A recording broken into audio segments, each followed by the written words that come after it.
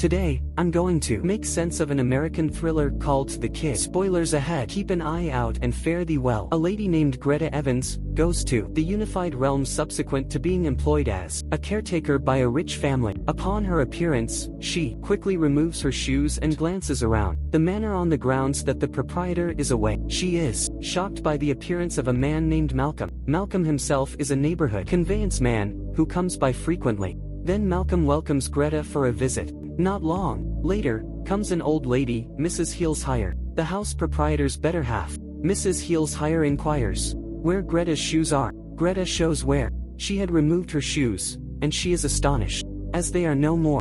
Mrs. Heelshire nonchalantly says it is most likely her child's doing. Then Mrs. Heelshire welcomes Greta to meet her better half, Mr. Heelshire. She likewise acquaints her with the kid she is expected to look after children. In any case, shockingly, this kid ends up being a porcelain doll named Brahms. She chuckles, believing it's a joke. In any case, Mrs. Heelshire and Mr. Heelshire look serious. Mrs. Heelshire tells Greta that numerous babysitters had gone after the position, yet Brahms turned them down, since they are neither youthful nor lovely. The Heelshires show Greta on dealing with Brahms, leaving her a rundown of severe guidelines to follow. This remembers perusing to Brahms for a distinctly voice, playing clearly music for him, keeping the extras in the cooler, setting a mousetrap, and giving Brahms a goodnight kiss. Mrs. Heelshire tells Greta that Brahms is timid and possibly moves when nobody is watching. Mr. and Mrs. Heelshire then ask Brahms his assessment on Greta. Greta feels odd with what she sees. Mr. Heelshire shuts the entryway for protection. After a short time, the two of them emerge and tell Greta that Brahms like Greta and he needs her to keep an eye on. Greta calls her sister to tell her about her involvement with the house. The next day, Greta hears Mrs. Heelshire, who is furious in light of the fact that it just so happens Brahms scoured his room. Then, Mr. Heelshire comes, saying that they are taking some time off, leaving Greta alone with Brahms. Mr. Heelshire shows some of Greta's timetables for the following couple of days. After they leave, Greta starts to overlook the standards, letting Brahms be. Greta awakens hearing weird clamors in the late evening, and Greta right away searches for the wellspring of that weird clamor, while before a canvas, unexpectedly a hand is coming right out of a wall to gag her. It ends up being a bad dream. Then, at that point, Greta looks into Brahms' room. Furthermore, sees tears gushing in his eyes. When inspected, it just so happens the roof is spilling. That evening, out of nowhere, Greta gets a call. Yet, when she gets it, nobody talks. In the first part of the day, Malcolm comes to convey food, and Greta poses a couple of inquiries about Brahms. Malcolm tells her that Brahms was once a genuine kid and was the lone offspring of Mr. and Mrs. Heelshire. However, at some point, their home got fire, and after not having the option to get away from on time, Brahms kicked the bucket. The doll is essentially a survival strategy for the family to think about their misfortune. Malcolm then, at that point, asks her out for a date that night. Greta concurs. Greta prepares for the date. While on the telephone with her sister, Greta sees that Brahms is watching her. Furthermore, she shuts the entryway. Greta proceeds to shower. Nonetheless, she is astounded to view that as her hair has been trimmed, and her dress and jewelry are missing. Greta then, at that point, hurries to search for it. She is baited to the storage room by abnormal clamors. She ascends the stepping stool, and out of nowhere, the upper room stepping stool closes without help from anyone else. Greta is locked inside. Malcolm comes to get Greta, and Greta yells for help, yet Malcolm doesn't hear her. And he leaves, all things being equal. Greta then, at that point, attempts to discover another way. Then out of nowhere, a gigantic shadow shows up in front of her face, stunning her. Furthermore, she blacks out. Toward the beginning of the day, when Greta awakens, she is strangely let out. She makes sense of for Malcolm what happened the previous evening. It would appear the stepping stool can close and open all alone. Greta gets some information about Brahms by and by, and he states that there are two reports about Brahms. There are certain individuals in the town who feel sorry for him as they recollect him being a awesome kid. However, then again, there are other people who guarantee that the kid was shrewd. Soon thereafter, Greta calls her sister once more. Her sister tells her that her oppressive ex named Cole has been attempting to find out where she is. Greta loathes Cole definitely. Greta experienced an unnatural birth cycle. Wake of being beaten by Cole. Greta then prepares for bed and brushes her. Similarly, as she wraps up cleaning her teeth, here's an unusual clamor from Brahms. Draws near. Also, Brahms' room is extremely muddled with a great deal of papers dissipated. Fixed Brahms' head, which is shifted. Unexpectedly, the head moves without help from anyone else. However, it is simply one more bad dream. The following day, Greta goes to Brahms' room and see that Brahms has changed his situation.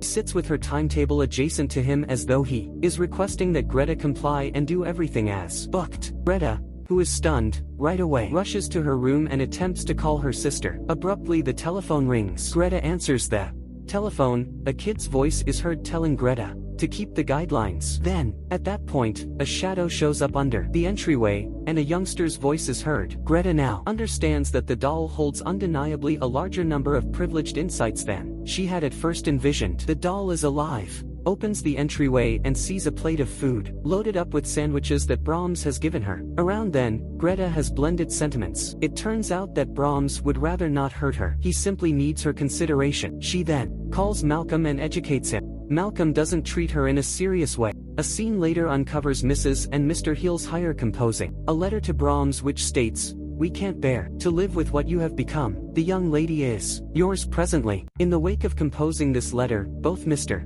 also Mrs. Heelshire stuff their jackets with rocks. Also, end it all. Greta, who currently understands that Brahms is just the soul of a guiltless little fellow who needs to be really focused on, is then beginning to be good to Brahms and do the things shared with her. Malcolm accompanies a letter from Mrs. Heelshire and Mr. Heelshire. He likewise asks Greta out for a walk that night. In any case, Greta now feels answerable for Brahms and rejects Malcolm's greeting. Frustrated, Malcolm leaves. Greta is then shocked by Brahms, who can move places without help from anyone else. The next day, Greta asks Malcolm to come to show that Brahms is really alive. From the beginning, she neglects to demonstrate it in light of the fact that the doll possibly moves when nobody is watching, so she then lets the doll be and it moves. Ultimately, Malcolm trusts her. That evening, Malcolm stays with Greta. The two are getting to know each other. Be that as it may, their movement is come by Brahms, who is potentially desirous. Then, at that point, both of them have a discussion in the kitchen. Malcolm understands that Greta is getting joined to him. He cautions her by unveiling a more definite story encompassing Brahms' passing, as indicated by what he knows. When he was a youngster, Brahms used to play with one more young lady of his age named Emily Cribbs. On Brahms' 8th birthday celebration, Emily went to play with Brahms in the Heelshire Chateau and stayed away forever. Her body was subsequently found in the forest with her skull squashed. At the point when the police showed up at the manor to scrutinize the young man, it was at that point burning to the ground, and Brahms was subsequently viewed as dead. With this, Malcolm presumes that Brahms' soul, which dwells in the doll, might actually underhanded. In the first part of the day, Greta's oppressive ex, Cole, appears at the manor, expecting to force Greta back home. For Greta's well-being, Malcolm remains close by. Around evening time, Greta inquires the doll for help.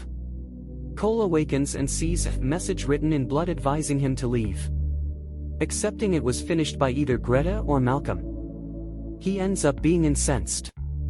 Understanding that Brahms got it done utilizing rodent blood, she has a go at making sense of it. As far as he might be concerned, however, he won't trust her. In the end, Malcolm winds up going along with them, and he too attempts to persuade Cole that there's a great deal more going on than might be expected. Cole gets a mad outburst and he crushes the doll to pieces. This is the point at which the lights in the house start to glint. The house starts to shake and they hear commotions behind the walls.